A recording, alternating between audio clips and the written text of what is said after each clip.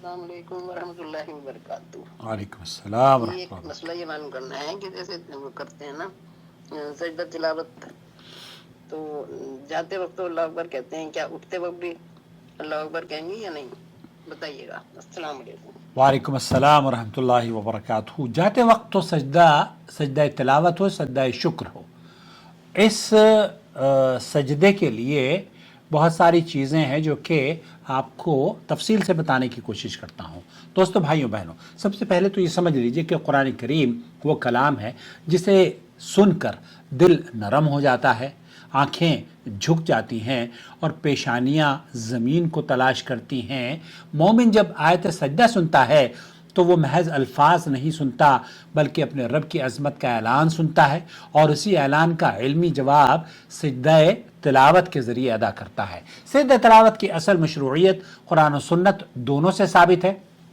قرآن میں اللہ رب العالمین نے سجدہ کرنے والوں کی تعریف کی ہے اور تکبر کرنے والوں کی مذمت فرمائی ہے۔ قرآن کریم میں اللہ تعالیٰ فرماتا ہے انما یؤمن بآیاتنا الذین اذا ذکروا بها خروا سجدا وسبحوا بحمد ربهم وهم لا یستکبرون۔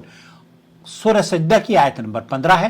ہماری آیات پر تو وہی لوگ ایمان لاتے ہیں کہ جب انہیں ان کے ذریعے نصیحت کی جاتی ہے تو وہ سجدے میں گر جاتے ہیں اور اپنے رب کی حمد کے ساتھ تسبیح بیان کرتے ہیں اور تکبر نہیں کرتے۔ اور قرآن کریم میں یہ بھی فرمایا فَاسْجُدُوا لِلَّهِ وَاعْبُدُوا، پس اللہ کو ہی سجدہ کرو اور اسی کی عبادت کرو۔ اور نیز اللہ رب العالمین نے سورہ علق آیت نمبر 19 میں یہ بھی فرمایا کَلَّا لَا تُطِعْهُ وَاسْجُدْ وَاقْتَرِب، ہرگز نہیں اس کی بات نہ مانو اور سجدہ کرو اور اپنے رب کا قرب حاصل کرو۔ اور جو لوگ سجدہ نہیں کرتے ان کے بارے میں اللہ تعالیٰ یہ فرماتا ہے فَمَا لَهُمْ لَا يُؤْمِنُونَ وَإِذَا قُرِئَ عَلَيْهِمُ الْقُرْآنُ لَا يَسْجُدُونَ، الانشقاق آیت نمبر 20 اور 21۔ انہیں کیا ہو گیا کہ ایمان نہیں لاتے اور جب ان پر قرآن پڑھا جاتا ہے تو سجدہ نہیں کرتے۔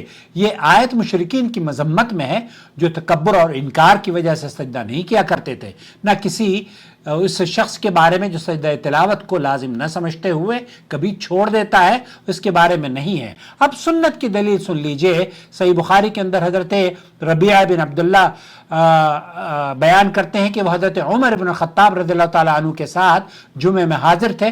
حضرت عمر رضی اللہ تعالیٰ عنہ نے ممبر پر سورہ نحل کی تلاوت کی، یہاں تک کہ اس آیت پر پہنچے وَلِلَّهِ يَسْجُدُ مَا فِي السَّمَاوَاتِ وَمَا فِي الْأَرْضِ مِن دَابَّةٍ وَالْمَلَائِكَةُ وَهُمْ لَا يَسْتَكْبِرُونَ يخافون ربهم من فوقهم ويفعلون ما يؤمرون، النحل کی آیت نمبر 49 اور 50۔ اور اللہ ہی کو سجدہ کرتے ہیں جو کچھ آسمانوں اور زمین میں ہے، ہر جاندار اور فرشتے بھی، اور وہ تکبر نہیں کرتے، وہ اپنے رب سے جو ان کے اوپر ہے ڈرتے ہیں اور جو حکم دیا جاتا ہے وہی کرتے ہیں۔ یہ آیت پڑھ کر حضرت عمر رضی اللہ تعالیٰ عنہ ممبر سے نیچے اترے اور سجدہ کیا، اور لوگوں نے بھی آپ کے ساتھ سجدہ کیا۔ پھر اگلے جمعے کو یہی آیت آپ حضرت عمر نے پڑھی مگر سجدہ نہیں کیا، اور فرمایا اے لوگوں، ہم سجدہ والی آیت سے گزرے تھے، جو سجدہ کرے اس نے سنت کو پا لیا اور اجر حاصل کر لیا، اور جو سجدہ نہ کرے اس پر کوئی گناہ نہیں۔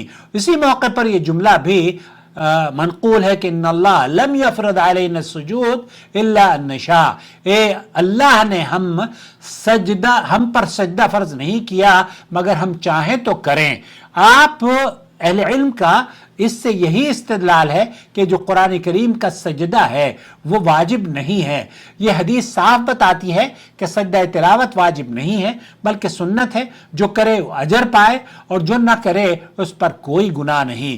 قرآن مجید میں مشہور قول کے مطابق 15 اور صحیح قول کے مطابق 15 مقامات پر 15 سجدے ہیں، 15 سجدہ تلاوت ہیں، اور وہ صورتیں ہیں الاعراف، الرعد، النحل، الاسراء، مریم، الحج، حج میں 2 مقامات پر ہے، الفرقان، النمل، السجدہ، صاد، فصلت، النجم، الانشقاق اور العلق۔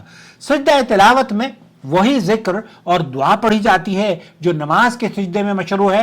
سماحت شیخ عبدالعزیز بن باز سے پوچھا گیا تو انہوں نے کہا کہ اس کے لیے وضو شرط نہیں ہے، اس کے لیے قبلہ رخ ہونا شرط نہیں ہے، اس کے لیے آپ اگر سجدہ تلاوت پڑھ رہے ہیں تو آپ اللہ اکبر کہہ کے اللہ اکبر کے جاتے وقت شیخ محمد بن صالح عثیمین نے بھی یہی فرمایا، اللہ اکبر کہتے ہوئے آپ سجدہ کر لیں، اور 3 مرتبہ جس طریقے سے نماز میں آپ تسبیح پڑھتے ہیں اس طریقے سے وہ تسبیح پڑھیں سبحان ربی الاعلیٰ، اور اس کے بعد مسنون دعائیں اگر کوئی پڑھنا چاہے تو سجدے کی تلاوت سجدے کی جو دعائیں ہیں وہ بھی آپ پڑھ سکتے ہیں، فون سے لے کر بھی آپ پڑھ سکتے ہیں۔ اگر آپ کو یاد نہیں ہے تو صرف سبحان ربی الاعلیٰ ہی پڑھ لیجئے، یہی کافی ہوگا۔ اور اس کے بعد جب آپ اٹھیں تو نہ آپ کو اٹھنے کے لیے اللہ اکبر کہنا ہے اور نہ ہی اٹھنے کے بعد اس سجدے سے نکلنے کے لیے آپ کو سلام کرنا ہے،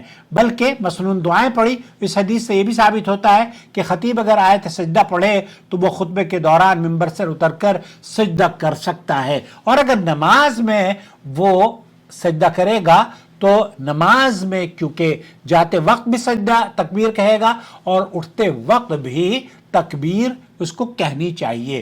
بس سجدہ تلاوت نہ فرض ہے نہ لازم، بلکہ نبی کریم صلی اللہ علیہ وسلم کی سنت ہے، جو سجدہ کرے وہ سنت پر عمل کر کے اجر پا لے، اور جو کبھی نہ کرے اور کبھی کر لے اسے جب کر لے گا تو اسے اجر ہے، اور اگر نہیں کرتا تو اسے گناہ نہیں ہے، بشرطے کہ وہ انکار یا تکبر کی وجہ سے نہ چھوڑتا ہو۔ اللہ سے دعا ہے کہ اللہ رب العالمین ہمیں قرآن و سنت پر عمل کرنے کی توفیق عطا فرمائے۔ مسنون دعاؤں میں سے چند دعائیں یہ ہیں: اللہم لک سجدت وبک آمنت ولک اسلمت سجد وجہی للذی خلقہ وشق سمعہ وبصرہ بحولہ وقوتہ فتبارک اللہ احسن الخالقین۔ اے اللہ، میں نے تیرے لیے سجدہ کیا، تجھ پر ایمان لایا اور تیرے سامنے سر جھکا دیا۔ میرے چہرے نے اس ذات کو سجدہ کیا جس نے اسے پیدا کیا، اس کے کان اور آنکھ بنائے اپنی قدرت اور قوت سے، بس بابرکت ہے، اللہ سب سے بہتر پیدا کرنے والا ہے۔ اور یہ دعا بھی آپ اگر پڑھنا چاہیں: اللہم اکتب لی بہا عندک اجرا ودع عنی بہا وزرا واجعلها لی عندک ذخرا وتقبلها منی۔ اے اللہ، اس سجدے کے بدلے میرے لیے اپنے پاس اجر لکھ دے، اس کے ذریعے میرا گناہ معاف فرما دے، اسے میرے لیے اپنے پاس ذخیرہ بنا دے اور اسے مجھ سے قبول فرما۔ یہ دعائیں میں ڈسکرپشن باکس میں بھی آپ کے لیے لکھ دوں گا، اگر آپ چاہیں تو ڈسکرپشن باکس میں ضرور دیکھ لیں۔ تو آپ نے جو سوال کیا تھا، کیا سجدہ تلاوت میں جاتے وقت تکبیر کہنی چاہیے لیکن اٹھتے وقت تکبیر نہیں کہنی چاہیے، اور یہی حال سجدہ شکر کا بھی ہے۔ تو میں نے یہ مکمل طریقہ آپ کی خدمت میں پیش کر دیا، اور جو لوگ کرسی پر بیٹھ کے قرآن پڑھتے ہیں ان کو صرف جس طرح سے نماز میں اشارہ کرتے ہیں ویسے ہی اشارہ کریں، اللہ اکبر کہہ کے سجدہ کریں اور پھر سیدھے بیٹھ جائیں، تکبیر نہ کہیں، اٹھتے وقت تکبیر نہیں ہے۔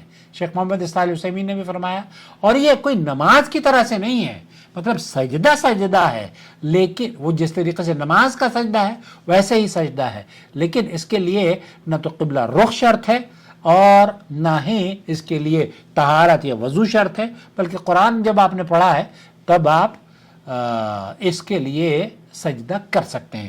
امید ہے وضاحت ہو گئی ہوگی۔ پلیز اسے ضرور دوسروں کے ساتھ شیئر کریں تاکہ لوگوں کو بھی تو پتہ چلے کہ سجدہ تلاوت کے پیچھے کون سی حدیث اور کیا راز چسپاں ہے۔